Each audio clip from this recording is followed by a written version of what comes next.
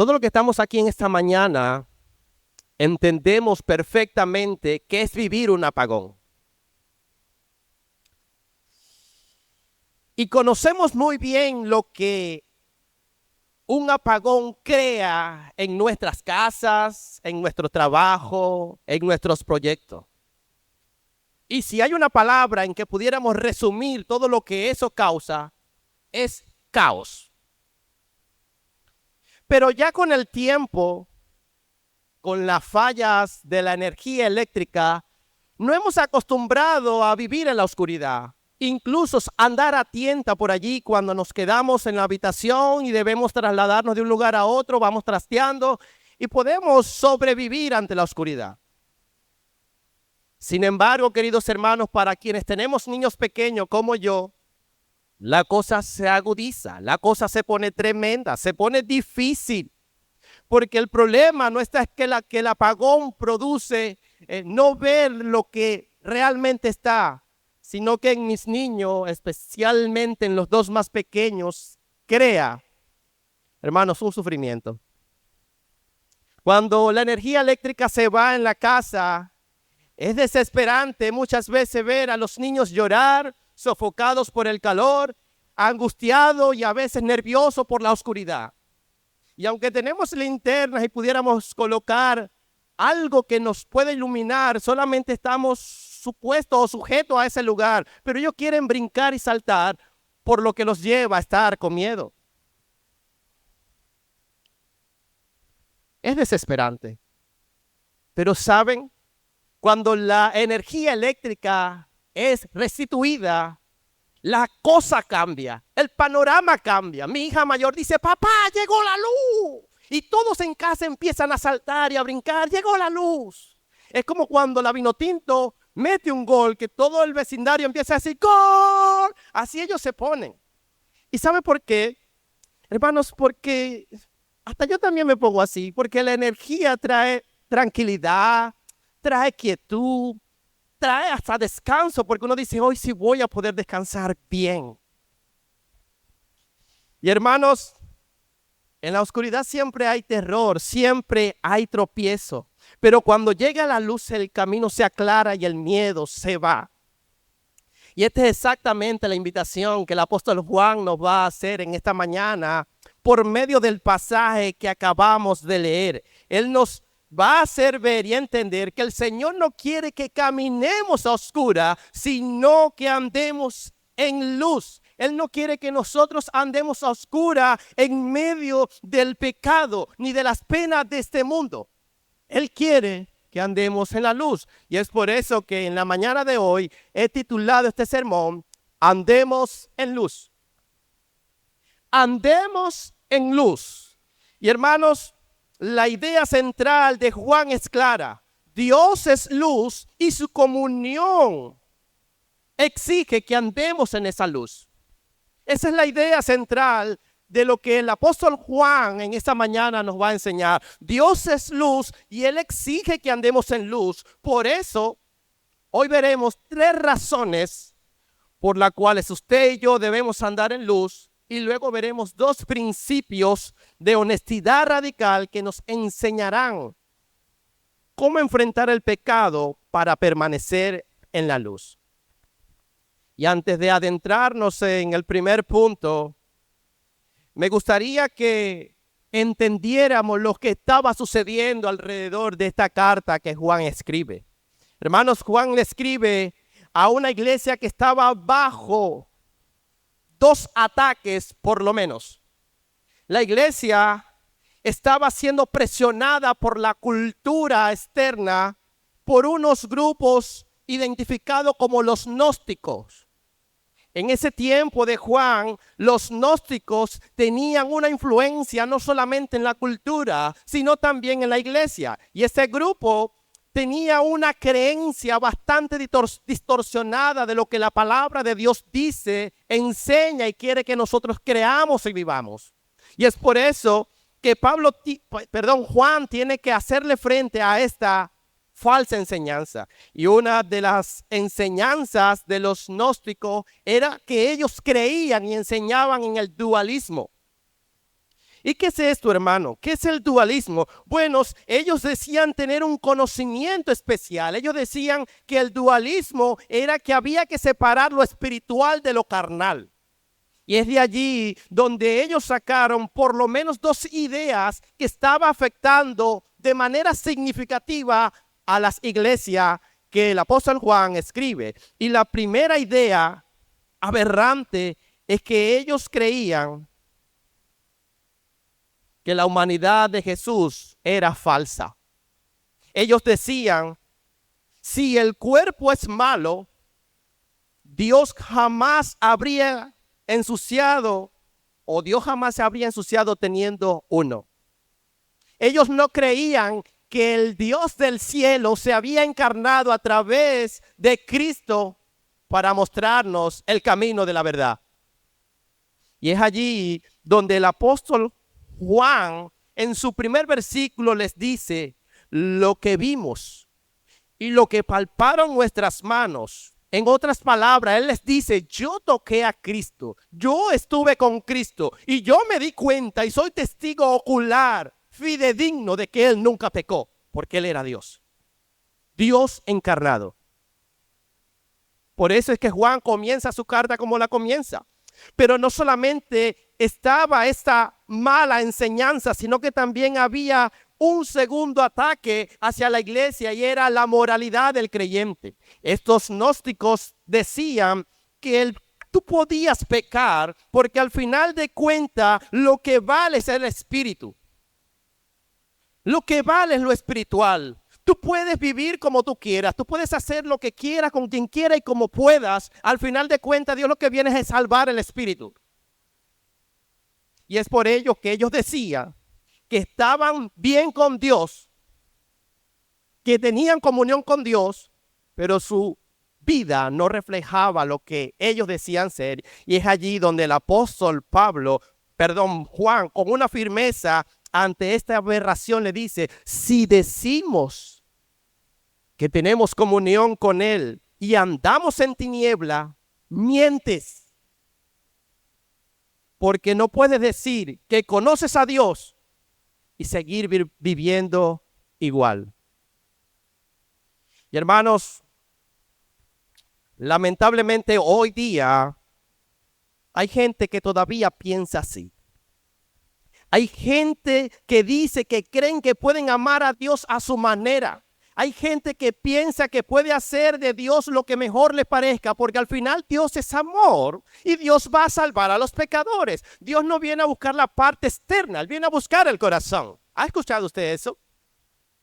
Y esa es una mentira, porque aquel que ha tenido un encuentro personal con Dios debe producir un efecto transformador en él. Y es allí donde si empezamos a ver Juan, lo que estás predicando es el puro evangelio. El evangelio que transforma, el que el apóstol Pablo dijo, y el que cree, y no me avergüenza del evangelio porque es poder de Dios para salvación, para transformación. Y teniendo esto en mente, hermanos, vamos a entrar a nuestro primer punto, y es andemos en luz porque Dios es luz. Andemos en luz porque Dios es luz. Y volvamos a leer el versículo 5. Juan dice, este es el mensaje que hemos oído de él y os anunciamos. Dios es luz y no hay ninguna tiniebla en él. Hermanos, el tema de que Dios es luz no es algo nuevo en la Biblia. A través de toda la verdad de la Biblia, vemos cómo la Escritura habla de que Dios es luz. Y es por eso que en el Salmo capítulo 27 vemos ya al salmista David decir, Jehová es mi luz y mi salvación. Vemos al mismo apóstol Juan años más adelante decir la luz verdadera que alumbra a todos los hombres, hablando de Jesús. Y es el mismo evangelio de Juan que dice que el mismo Jesús dijo, yo soy la luz del mundo. Y el que me sigue no andará en tinieblas. Escuche nuevamente con mucha atención, valga la repetición, este texto. Jesús dijo, yo soy la luz del mundo. El que me sigue no andará en tinieblas. Entonces el tema de la luz no es algo nuevo. Y si usted pudo notar lo que ese texto último que acabo de leer quiere decirnos, es que la luz siempre está asociada a la salvación. De que la luz siempre está asociada a la santidad. De que la luz siempre va a irradiar para quitar toda clase de tinieblas. Y hermanos, en este pasaje, el apóstol Juan no quiere hacer algo más, sino que seguir pronunciando, proclamando, declarando lo que él ya había oído y escuchado. Y es por eso que él vuelve a decir, Dios es luz. Dios es luz. Y si usted vino la semana pasada, va a poder notar que este versículo 5 está vinculado estrechamente con lo que él dijo en los versículos anteriores. Vean que la segunda parte del versículo 5 dice, y Juan es insistente al decir, este es el mensaje que yo he escuchado. Y este es el mensaje que yo les declaro. En otras palabras, yo aquí no vengo con una idea de gnóstico. Yo aquí no vengo con una idea de Juan. Yo aquí no vengo con una idea distinta a lo que yo he recibido de aquel que me salvó, de aquel que me sacó y me rescató de las tinieblas a su luz admirable. Yo vengo a hablarle lo que he visto, lo que he oído, lo que palparon mis manos y vieron mis ojos. Hermanos, si se da cuenta, no hay otro evangelio. No hay un nuevo evangelio. No hay algo nuevo o hay alguna idea nueva que usted y yo podamos utilizar. Hay un solo mensaje y ese mensaje es el evangelio, o en otras palabras, la buena noticia de nuestro Señor Jesucristo, donde Él aquí en este pasaje específicamente es proclamado como que Dios o como Dios es luz y ninguna tiniebla hay en Él.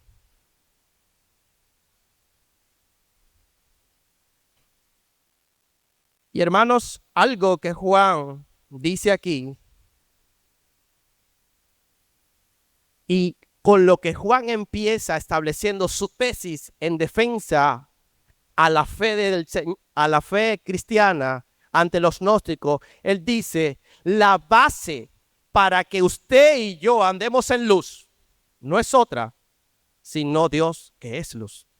Hermanos, usted y yo no podemos hacer nada separado del Señor. Si usted y yo no tenemos al Señor, usted y yo andamos en tiniebla. Porque si Él es luz y usted está alejado de Él, usted está en tiniebla. Si Él dice que Él es la sal y usted está separado del Señor, usted es insípido. Si Él dice que Él es el Dios de gracia y usted está alejado de la gracia, usted es un desdichado, para no escucharlo o decirlo tan feo. Pero sí, es un desgraciado.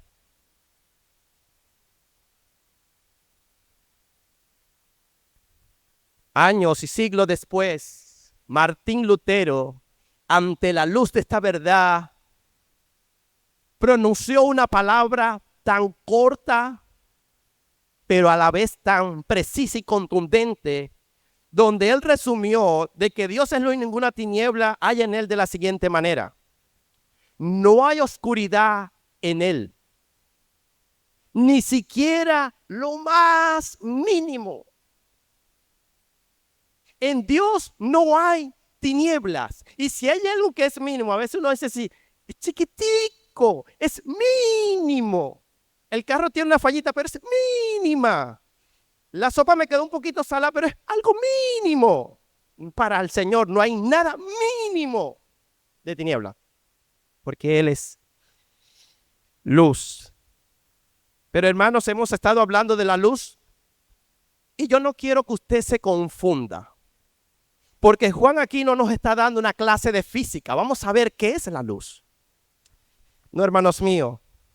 Juan nos está dando es una clase de teología pura donde la luz se representa como la santidad de Dios. Habla de esa luz, hablando de Dios, de esa luz espiritual que irradia y expone cada rincón de nuestra vida. Y para darle un poco más de sentido, piensen en un momento en lo siguiente. Según los científicos, dicen que la luz viaja a una velocidad de 300,000 kilómetros por segundo.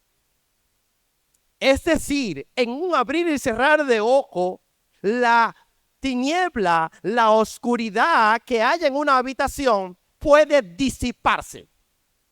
Y si usted quiere, haga la prueba cuando llegue a casa.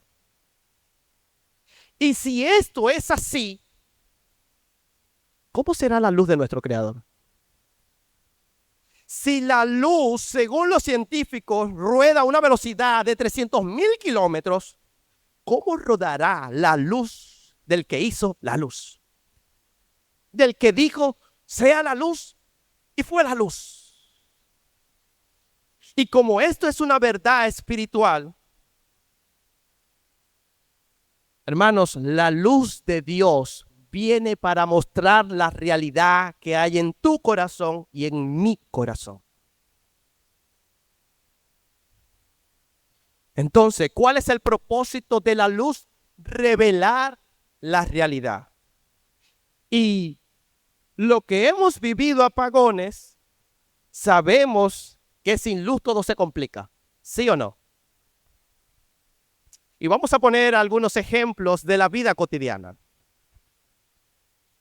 La mayoría de nuestras hermanas que están aquí sentadas, ellas toman su tiempo para maquillarse y verse bonita. Pero cuando no hay energía eléctrica, eso sí es verdad que es un desafío. Porque la hermana corre el riesgo de salir empatucada de casa. Y tristemente, algunos, en medio de la dinámica del tiempo y de la ausencia de electricidad o luz, han salido de casa hasta con un zapato de un color y otro de otro. ¿Le ha pasado?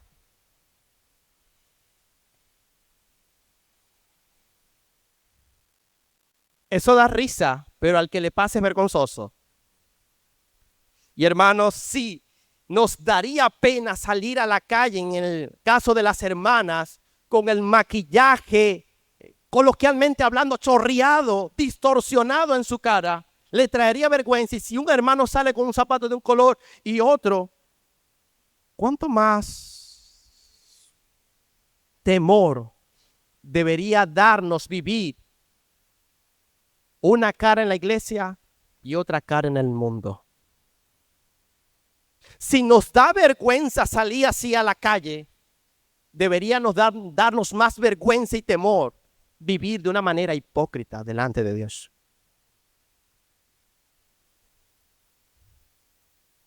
Pero hermanos, la luz de Dios no viene para avergonzarnos.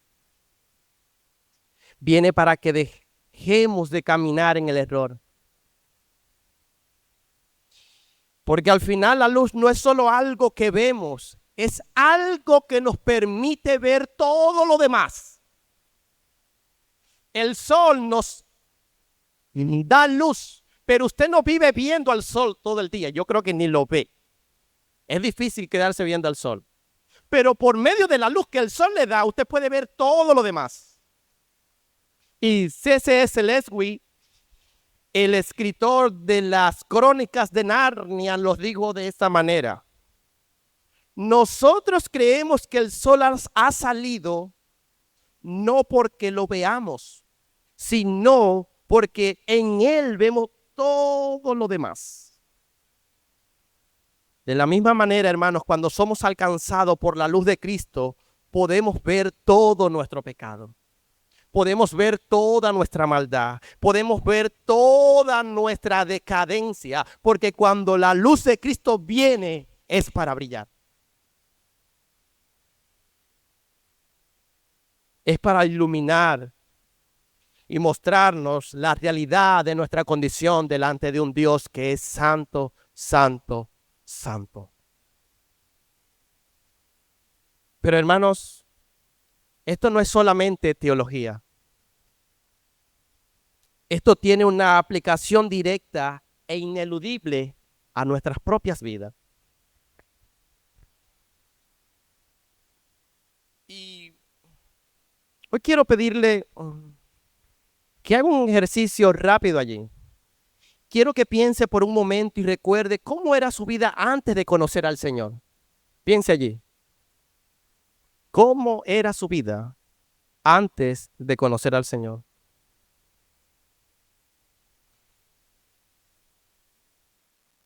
Y quizás usted, al igual que yo, vivía pensando que no estaba ofendiendo a Dios, o al menos no tan grave. Yo me consideraba un muchacho, para la gloria del Señor, Él me llamó a los 15 años, yo me consideraba un muchacho tranquilo, un muchacho que no se metía con nadie, obediente. Si había alguien que merecía estar en el cielo, ese era yo. Algunos más que otros errores, como todo, ¿no? Pero incluso tomé hasta la primera comunión. Y una vez, para poderla aprobar, tuve que confesarme ante el Padre. Yo me sentía bien en mi propio criterio. Pero hermanos, cuando la luz de Cristo irrumpió mi corazón, yo pude ver mi densa oscuridad y maldad. Yo pude ver mi pecado. Yo pude ver que la mentira que yo decía que no ofendía a nadie era pecado. Yo pude ver que las veces que hacía cosas a escondidas de mis padres era pecado. Yo me pude dar cuenta que cuando yo tomaba decisiones, yo no tomaba en cuenta a Dios y eso ofendía a Dios. Lo que para mí parecía no ofensivo, para Dios era algo que ofendía su carácter santo. Hermanos, cuando la luz llega, nos podemos dar cuenta lo que agrada y lo que no agrada a Dios. Y hermanos, cuando la luz de Cristo llega, la ceguera se acaba y la indiferencia se vuelve imposible. Es difícil que usted esté en casa y usted no tenga cómo pasar y usted quedarse con los brazos cruzados o saltarle por encima a los obstáculos. ¿Usted haría eso? Si es su casa, o se dedicaría a allanar el camino de tal manera que sea fácil el acceso. Bueno, eso es lo que hace Cristo en nuestras vidas. Quita todo lo que la luz expone para que su gracia sobreabunde, para que su gracia resplandezca en nuestros corazones. Y esta es la verdad del Evangelio, hermanos. Esta es la verdad del Evangelio. Por eso, vivir en luz es vivir en coinonía, es vivir en comunión con Dios. Y vivir en comunión con Dios va a traer cambios radicales, evidentes y significativos en tu vida y en mi vida. Por eso Juan dice, no solamente podemos decir yo soy cristiano, yo debo vivir como cristiano. Porque si la luz de Cristo está en mí, ya en mí no hay oscuridad. Ya en mí no hay oscuridad. Así que hermanos, si Él es luz, nuestro único propósito en este mundo es caminar en esa misma luz. Y esto nos va a llevar a nuestra segunda razón. Y es, andemos en luz, porque la comunión exige coherencia.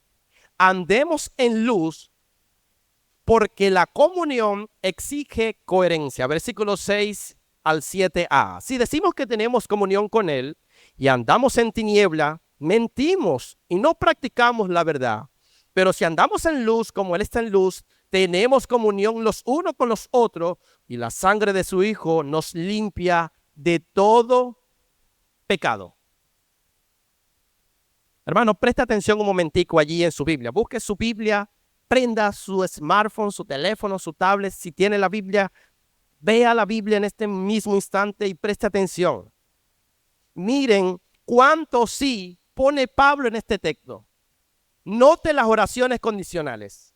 Él empieza diciendo, si decimos que tenemos comunión, versículo 6, En el versículo 8 dice, si decimos que no tenemos pecado.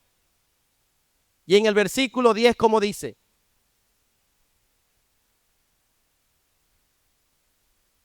Si decimos que no hemos pecado. ¿Será que Juan quiere hacernos o nos quiere dar a entender algo con estos énfasis, con estos sí condicionales? ¿Cree usted que ha llamado su atención? Hermanos, cuando la Biblia repite muchas veces una palabra, hay que prestar atención, hay que detenerse. ¿Qué quiere decirnos el Señor? Que entendamos tan rápido que lo ha enfatizado 3 veces. Y hermanos, lo que el Señor quiere decirnos es que no podemos decir que somos cristianos si no andamos en luz. Y se lo voy a decir de otra manera. Y no se pierda ahora mismo en esto. Si decimos que tenemos comunión con Él, si se da cuenta, esto es una suposición de Juan. Usted dice que es creyente, no hay problema. Eso es lo que usted dice, pero vamos a ver lo que las pruebas evidencian. Y hace 3 veces la pregunta, o más bien supone 3 veces. Si decimos. Y hermanos, para traerlo de inmediato a nosotros, si usted está diciendo, si yo estoy diciendo que soy verdadero cristiano, que yo soy un siervo de Dios, que yo soy un evangélico salvado, lavado por la sangre de Cristo, pero ando distinto a lo que yo estoy diciendo ser, mi vida de comunión con Dios no tiene coherencia, porque no hay coherencia en lo que yo digo con lo que yo hago. Y tristemente hoy hay días que mucha gente dice, yo soy cristiana, yo soy de Dios, pero su comportamiento, su conducta no dan ni una sombra de serlo. Y en algún momento pasa lo que un novato jugador de fútbol hace. En una oportunidad había un joven que fue seleccionado a jugar en un equipo de fútbol y estaba tan emocionado que cada vez que le pasaban el balón metía gol para su propia meta. Lo importante era anotar, pero lo hacía para su propia portería. Esto causa risa y pudiéramos decir qué tonto es ese. Pero hermanos, así es la persona que dice que es cristiana, pero sigue jugando al equipo del mundo. Así es la gente que dice que es de Dios, pero sigue viviendo como el diablo le gusta que usted viva para ofender a Dios. Y en una oportunidad, el filósofo Mahatma Gandhi dijo lo siguiente. Él se expresó de los cristianos que él había conocido en la India por su mala experiencia de la siguiente manera.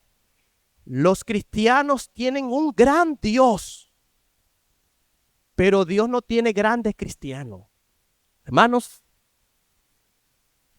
yo lo puse allí, pero ni le tome foto, eso es vergonzoso.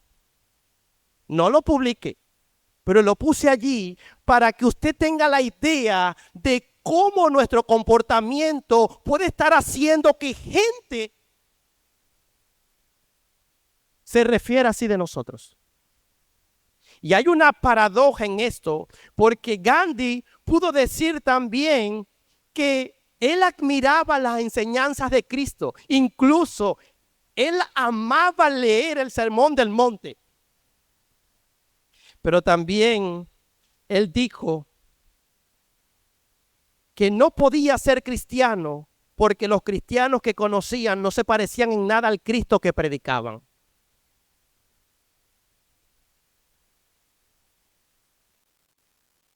Qué tragedia, hermanos, que alguien admire a nuestro maestro, pero rechace nuestra fe por culpa de nuestra hipocresía. Eso es lamentable, es triste. Por eso Jesús fue muy claro en advertir en el mismo Sermón del Monte, en el capítulo 7, 21 al 23 de Mateo, lo siguiente. Pero en aquel día me dirán, Señor, Señor. Y no voy a decir o leer todo lo demás, pero él termina diciendo, nunca los conocí. Hermanos, la comunión con Dios no es algo solamente discursivo, no es algo que se dice, es algo que se vive, no es algo que se proclama, es algo que se encarna en nosotros. ¿Saben algo? Haga una encuesta en su vecindario y pregunte quiénes creen en Dios. Haga una encuesta en su edificio y pregunte cuántos creen en Dios. Y tráigame la respuesta y hagamos un análisis rápido de eso. Todos se van a identificar con Dios. Yo creo en Dios, pero hermano, ninguno que me diga Señor, Señor, ninguno que vaya a la iglesia los domingos da garantía de que es de Dios. Andar con Dios no es lo mismo que decir estar con Dios.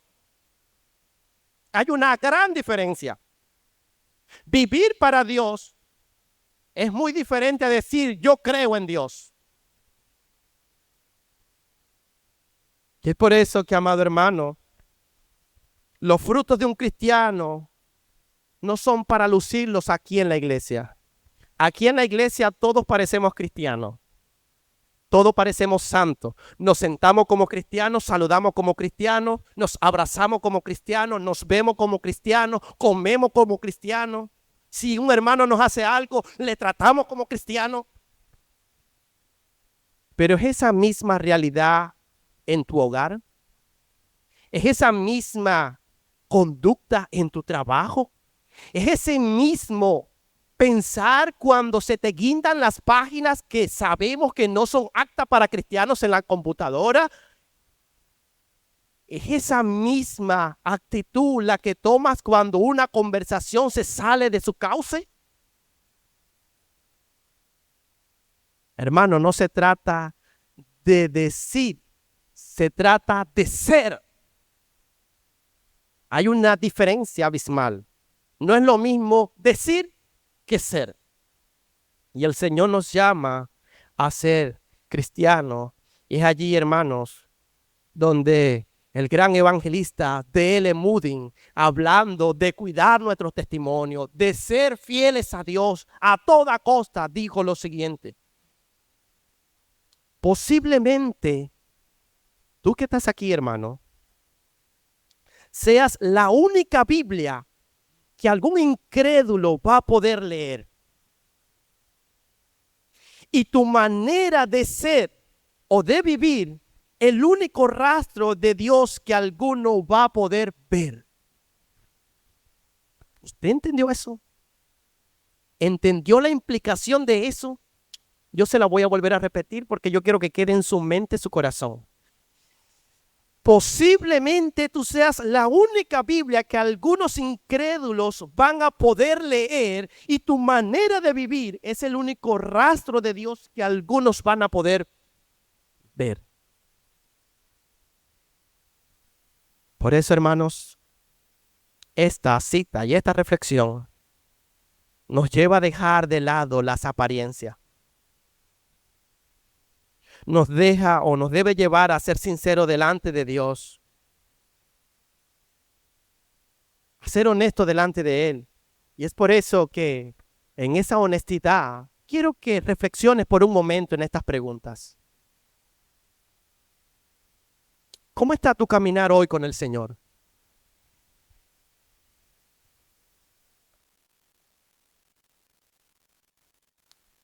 ¿Está tu relación con tu esposa o esposo, tus hijos, tus amigos no creyentes y vecinos,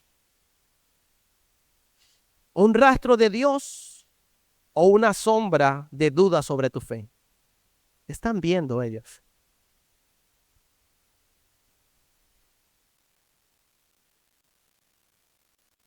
¿Qué está viendo nuestros vecinos?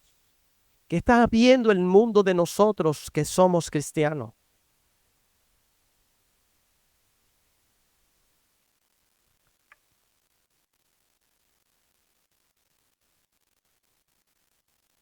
Y en esta reflexión que usted está haciendo allí, yo voy a pasar a la tercera razón de mi sermón en esta mañana, y es: andemos en luz porque el sacrificio de Cristo lo hace posible. Y queridos hermanos, nada de lo que hemos hablado hasta ahora es posible por nuestro propio esfuerzo. Nada de lo que hasta ahora hemos visto es posible por nuestra propia fuerza. No podemos fabricar nuestra propia luz. El mundo dice, brilla con luz propia, pero no podemos hacerlo. ¿Y sabe por qué no podemos hacerlo? Porque es el sacrificio de Cristo el que hace que la comunión con Dios sea una realidad. Y vean cómo dice el versículo 7, su parte B. La sangre de su Hijo nos limpia de todo pecado. Y noten que Juan no dice que la religión nos limpia. Note allí que Juan no dice que nuestras buenas intenciones nos limpia. Note allí y vea que Juan no dice que las buenas obras de caridad nos limpia. Solo la sangre de Cristo puede limpiarnos de todo pecado.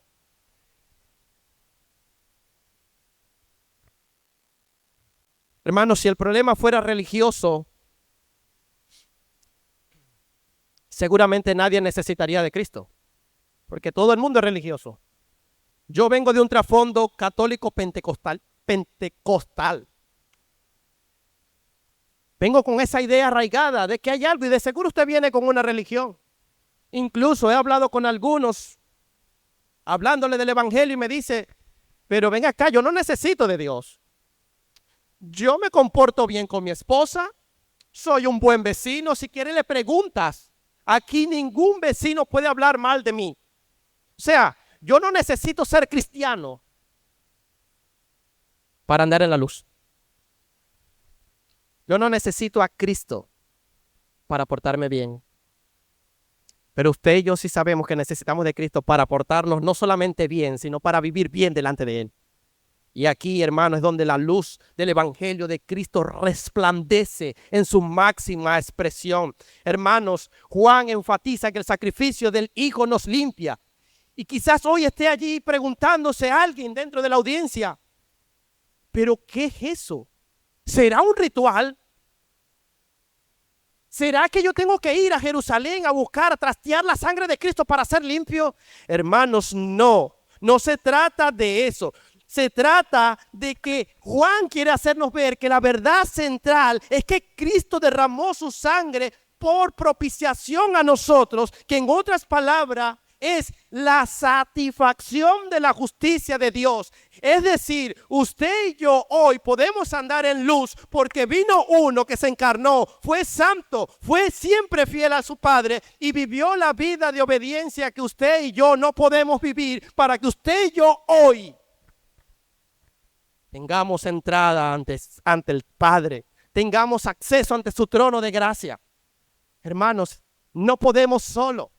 Y Jesús mismo lo dijo, alejado de mí, apartado de mí, nada podéis hacer. En otras palabras, necesitamos de Cristo.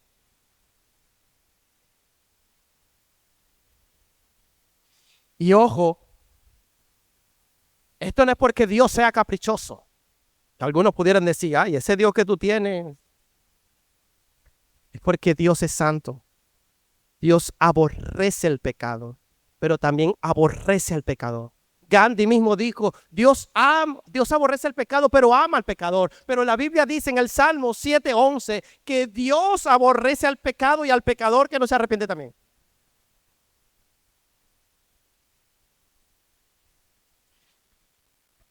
Hermanos, pero para nosotros debe haber un alivio y un descanso, porque nuestros pecados ya fueron limpiados. Para usted y para mí debe haber un descanso, porque el mismo Juan dice, hijitos míos, si alguno ha pecado, abogados tenemos para con el Padre. ¡Wow! ¡Qué gloriosa verdad! ¡Qué glorioso nuestro Cristo! Por eso el versículo 7 sigue diciendo, y voy a hacer énfasis en esto, su sangre nos limpia. Y hermanos, esto no es algo que va a pasar, ya pasó, está asegurado. Él en la cruz dijo, consumado es. Ya la deuda de sus pecados, si usted ha creído, fueron imputados en Cristo. Y usted está libre de culpa. ¿No le da alegría eso? Y esa alegría no solamente debe concentrarse en un momento temporal, debe encarnarse en un estilo de vida diaria. Hermanos, la luz del mundo vino a nuestras vidas, nos iluminó y ahora Él dice, ustedes ahora son la luz del mundo. Y una luz no se puede esconder debajo de la cama, hay que darla a conocer. Y aquí no se habla solamente del mensaje del evangelio, se trata de mi vida siendo también un medio de gracia evangelizadora. Por eso, hermanos, escucha y amigo que estás aquí, esto con temor. El que rechaza esta sangre no está rechazando un ritual, está rechazando nada más y a nada menos que al único que tiene la autoridad delegada del cielo para perdonar los pecados. Y esto escandalizó a los fariseos en su momento. ¿Y quién es este que perdona pecado? Él es el Rey de Reyes, el Señor de Señores, tu Rey, mi Rey. Ya no hay condenación, hermanos. Ya no hay condenación. Cristo ya pagó nuestra fianza. Cristo es nuestro mediador. Ahora podemos ir al Padre porque Él es el mediador. ¿Trae eso consuelo a tu corazón? ¿Trae eso consuelo a tu vida? ¿Es eso el estímulo para tu mañana procurar ser más santo? Sí debe ser. Y como esta obra no es de nosotros, Él es el que va a producir en nosotros el querer como el hacer por su buena voluntad. Y hermanos, el versículo 8 sigue diciendo, si decimos que no tenemos pecado, ¿qué hacemos? Nos hacemos o le hacemos al mentiroso, porque ahora yo pudiera decir, bueno, ya soy libre de pecado. Ya voy. Escucha bien. El 8 aclara eso. Si decimos que no tenemos pecado, nos engañamos a nosotros mismos. Y quiero que usted se vaya con esto en su cabeza. Estar en luz, hermano, no significa que ya usted va a dejar de pecar, porque usted sabe que eso en la realidad no es así. Pero andar en luz significa que usted y yo no vamos a practicar el pecado que antes practicábamos. Es como alguien dijo, cuando estamos en luz, yo empiezo a amar lo que antes aborrecía, y en este caso es Dios, y empiezo a amar o a odiar lo que antes amaba, y eso es el pecado. Y esta es la diferencia del cristiano que peca y se confiesa ante Dios, del cristiano que dice ser cristiano y peca y vive en una práctica cotidiana en él. La gracia se le es otorgada como un don, pero es esa misma gracia la que nos va a mantener santos. Entonces, la evidencia de que yo soy hijo de luz a pesar de mis pecados es que yo continuamente estoy confesando delante de Dios. Por eso dice, si confesamos nuestros pecados, Él es fiel y justo para perdonarlos. Y hay otra realidad que Sproul la resumió de una manera fantástica. Él dice, no somos pecadores porque pecamos. Pecamos porque somos pecadores. No pecamos o no somos pecadores porque pecamos. Pecamos porque somos pecadores. Pero como dijo Pablo, gracias doy a Dios por Jesucristo. Gracias doy a Dios por Jesucristo, porque así como abunda el pecado, sobreabunda la gracia. Y esto es el mensaje del evangelio que trae esperanza, consuelo y refrigerio a nuestras almas. Si hemos pecado, de seguro lo hemos hecho, tenemos un abogado y ese es Cristo. Hermanos,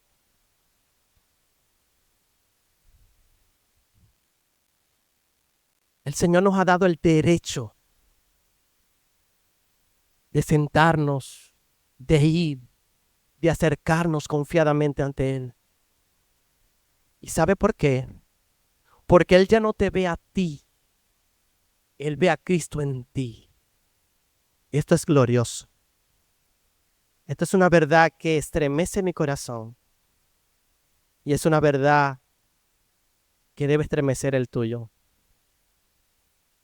Por eso, amados hermanos, que esta libertad de la cual hemos hablado en Cristo no solo quede en una teoría. Y es por eso que quiero compartir con ustedes, ya para ir finalizando, 2 principios de honestidad radical, que no son reglas, ojo, no son reglas para ganar el favor de Dios. Más bien son verdades que nos separan de este mundo de oscuridad y nos permiten permanecer en luz. Y el primer principio, hermano, es: no te engañes y confiesa tu pecado. No te engañes y confiesa tu pecado. Y si leemos rápidamente el versículo del 8 al 10, dice: si decimos que no tenemos pecado, nos engañamos a nosotros mismos. Pero si confesamos nuestros pecados, Él es fiel y justo para perdonar nuestros pecados y limpiarnos de toda maldad. Si decimos que no hemos pecado, le hacemos a Él mentiroso.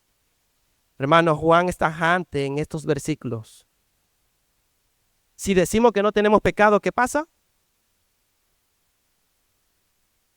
Nos engañamos a nosotros mismos. Pero si confesamos nuestros pecados, Él es fiel y justo para perdonar nuestros pecados y limpiarnos de toda maldad. Hermanos, el texto es claro. El texto es claro. Si yo digo que no peco, Dios es mentiroso. Pero si yo peco, Dios dice la verdad. Así que no te engañes. El primer principio aplicable de esta predicación de la palabra de Dios a nuestras vidas es que debemos confesar nuestro pecado, no como un rito religioso, ir ante el cura y decir, o ante el pastor. Y hay cosas que hay que decir, porque hay relaciones que usted ha roto y que yo he roto y debemos ponernos a cuentas con Él. Pero hemos fallado delante de Dios. Y recuerde al hijo pródigo. Él dijo: he pecado contra el cielo y contra ti. Y eso no lo dijo allí pensando al llegar al Padre. No, Él se lo dijo a Dios. Él allá, en el lugar más espantoso que Él pudo haber llegado, reconoció su pecado. Por eso, hermanos, el pecado tampoco debe ser dicho: bueno, Señor, perdóname mis pecados. Tú sabes lo que yo he cometido. Dios quiere que seamos específicos. Señor, hoy pequé porque mentí. Señor, mentí. Señor, fui orgulloso. Señor, fui arrogante. Señor, fui lujurioso. ¿Y saben lo que va a hacer Dios con nosotros cuando vamos ante Él confesando nuestro pecado? Hermanos, Él no te va a juzgar diciendo: y eso que eres cristiano. Él no te va a juzgar diciendo: tan santo que te la das y no puedes tener la oportunidad porque mientes. Hermanos, Dios no va a decir eso, porque la Biblia dice que un corazón contrito y humillado Dios no despreciará jamás. Confiesa tu pecado. Por eso, si has fallado hoy, no te escondas. Si has herido a tu esposa, a tus hijos, si has caído en un pecado de inmoralidad o si has ofendido a tu Salvador, ponte a cuenta hoy mismo. No intentes tapar lo que el Dios omnipresente ya vio. Recuerda lo que dice el Proverbio 28:13. El que encubre su pecado no prosperará, mas el que lo confiese y se aparta alcanzará misericordia. Y el segundo principio es: atesora la buena noticia, o más bien atesora la buena noticia del Evangelio diariamente. Y miren cómo cambia el tono de Juan en el capítulo 2, versículos 1 y 2. Él ahora habla como un padre y les dice: hijitos míos, estas cosas os he escrito para que no pequéis. Pero si alguno hubiese pecado, abogados tenemos para con el Padre, a Jesucristo el justo. Él es la propiciación, el sacrificio que calmó la ira de Dios para nosotros. Queridos hermanos, esta es una verdad gloriosa que necesitamos de manera imperativa recordarle a nuestra alma todos los días. Por eso la pregunta que quiero hacerte es, ¿cómo luce esta verdad en la práctica? Tu práctica diaria, en tu vida diaria.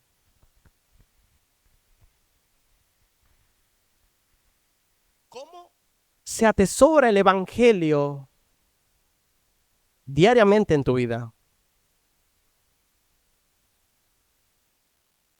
Y quizás esa pregunta nunca antes la había escuchado. Y te voy a dar algunas ideas. Hermanos, atesorar el evangelio diariamente es recordarle al corazón cada hora que no hay mejor deleite que Cristo. Recordarnos el evangelio cada día es decirle a la culpa, mi deuda ya fue pagada. Es decirle a tu tentación, Cristo me satisface más. Es decirle a tu tentador, tengo un abogado que ya ganó mi caso y para mí ya no hay condenación. Hermanos, necesitamos todos los días, ante tantas malas noticias, recordarnos esta buena noticia del evangelio.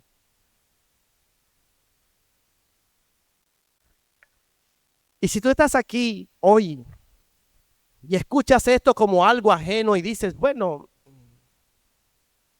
hablaron fue de los cristianos, esto no es para mí.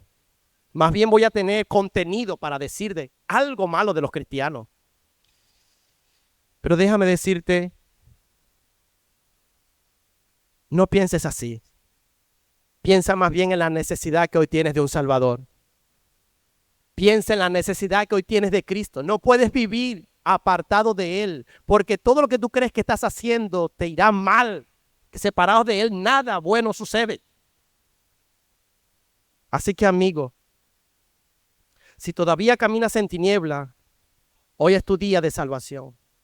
Si hoy escuchas su voz, no endurezca tu corazón. Arrepiéntete, confiesa tus pecados y recuerda que solamente en Él hay salvación. Solamente Él tiene el poder de limpiarte de todo pecado y darte vida eterna. Pero corre a Él.